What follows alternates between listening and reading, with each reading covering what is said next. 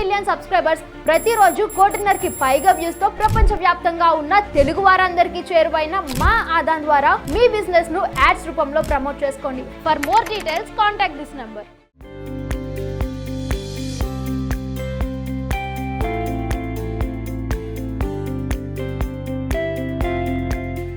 ఇప్పుడు మనం గుమ్మలక్ష్మీపురం హెచ్ గ్రౌండ్స్లో ఉన్నాము. ఇది పార్వతీపురం మన్యం జిల్లాలో మరి ఆంధ్ర ఒరిస్ బోర్డర్ దగ్గర ఉన్నది. మరి ఇక్కడ కందికొత్తల పండుగ మరి కాసేపట్లో ప్రారంభం కాబోతుంది. దీనికి ముఖ్య అతిథులుగా కురుపాం ఎమ్మెల్యే తోయకి జగదీశ్వరి గారు, అలాగే మరి పార్వతీపురం మన్యం జిల్లా కలెక్టర్ కూడా రాబోతున్నారు. మరి ఈ కందికొత్తల పండుగ 3 రోజులు జరుగుతుంది.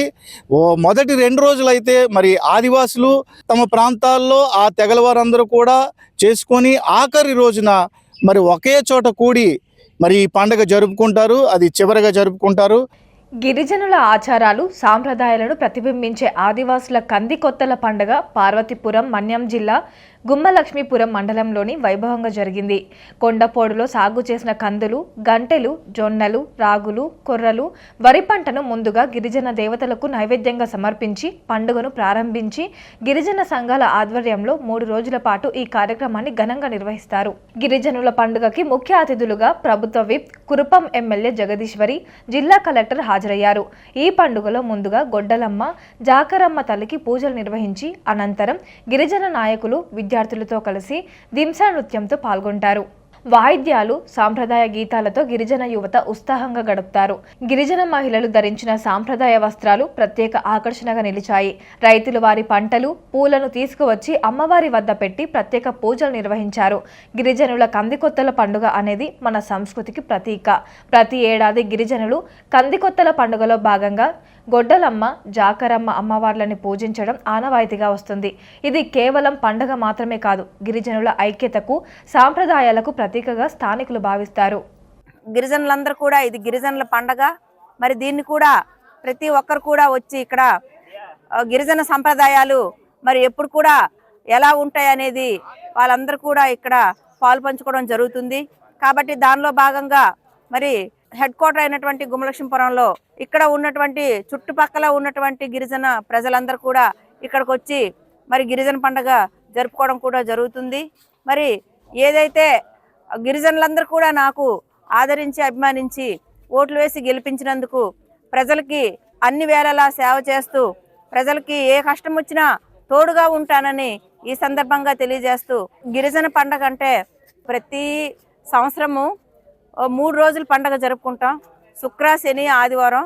ఈ పండుగ ప్రత్యేకత ఏంటంటే మా గ్రామ దేవతకి ఉన్నటువంటి ఆనవాయితీ బట్టి అక్కడ ఉన్నటువంటి ప్రజలందరూ కూడా అక్కడికి వెళ్ళి వివిధ గ్రామాల్లో ఉన్నటువంటి గ్రామ దేవతని పూజించి ప్రతి ఇంటికి వెళ్ళి ఏ విధంగా అయితే జోగి చేస్తూ వాటిని మళ్ళీ 3వ రోజు అంటే 1, 2, 3 రోజుల్లో ఈ పండగ పూర్తి చేసుకుంటారు. కాబట్టి 3వ రోజు పండగ ముగుస్తుంది.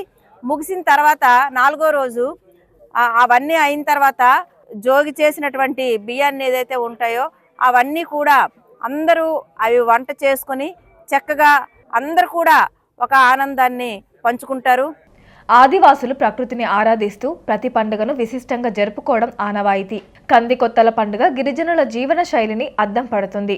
సంక్రాంతికి ముందు జరుపుకునే ఈ పండుగలో గిరిజనుల ఐక్యత, ఆనందం స్పష్టంగా కనిపిస్తాయి. ప్రభుత్వ విప్ జగదీశ్వర్ గారికి మరియు ఇక్కడికి విచ్చేసినటువంటి మన గిరిజన పెద్దలకు, గుమ్మలక్ష్మీపురం కురుపాం నియోజకవర్గ ప్రజలందరికీ కూడా నమస్కారం. కందికొత్తల పండుగ మన గిరిజనులు, ఆదివాసుల యొక్క మొదటి పండుగ. అంటే మన తెలుగు వారందరూ కూడా సంక్రాంతి అనేది వరి ధాన్యం ఇంటికి రాగానే చేసుకునేటువంటి పండుగ మనం సంక్రాంతి అంటాం.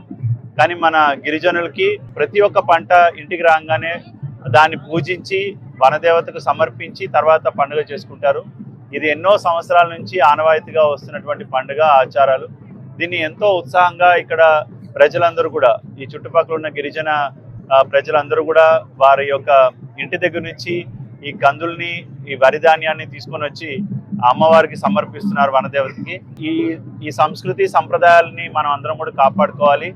ఇక్కడ మీరు అందరూ చూసినట్టయితే ఒక పండుగ వాతావరణంలో అందరూ కూడా గిరిజన సంప్రదాయంలో నృత్యాలు, పాటలు, సంగీత వాద్యాలని వాయిస్తున్నారు. ఇది ఒకటే చెప్తుంది ఏంటంటే ప్రకృతిని మనం ప్రేమించాలి, అందరూ కలిసికట్టుగా ఉండాలి. ఆ దింసా డాన్స్ లో కానీ వాళ్ళ సంగీతంలో కానీ ఒకరినొకరు పట్టుకొని అనేది ఏంటంటే ఐక్యమత్యాన్ని సూచిస్తుంది. ఆదివాసుల జీవన శైలిని, సాంప్రదాయాలతో ప్రకృతిని ఆరాధిస్తూ పాడి పంటలతో సంతోషంగా జీవించాలని కోరుతూ జరుపుకునే కందికొత్తల పండుగ గిరిజనుల ఐక్యతకు, ఆత్మ గౌరవానికి నిలువుటద్దంలా నిలిచింది.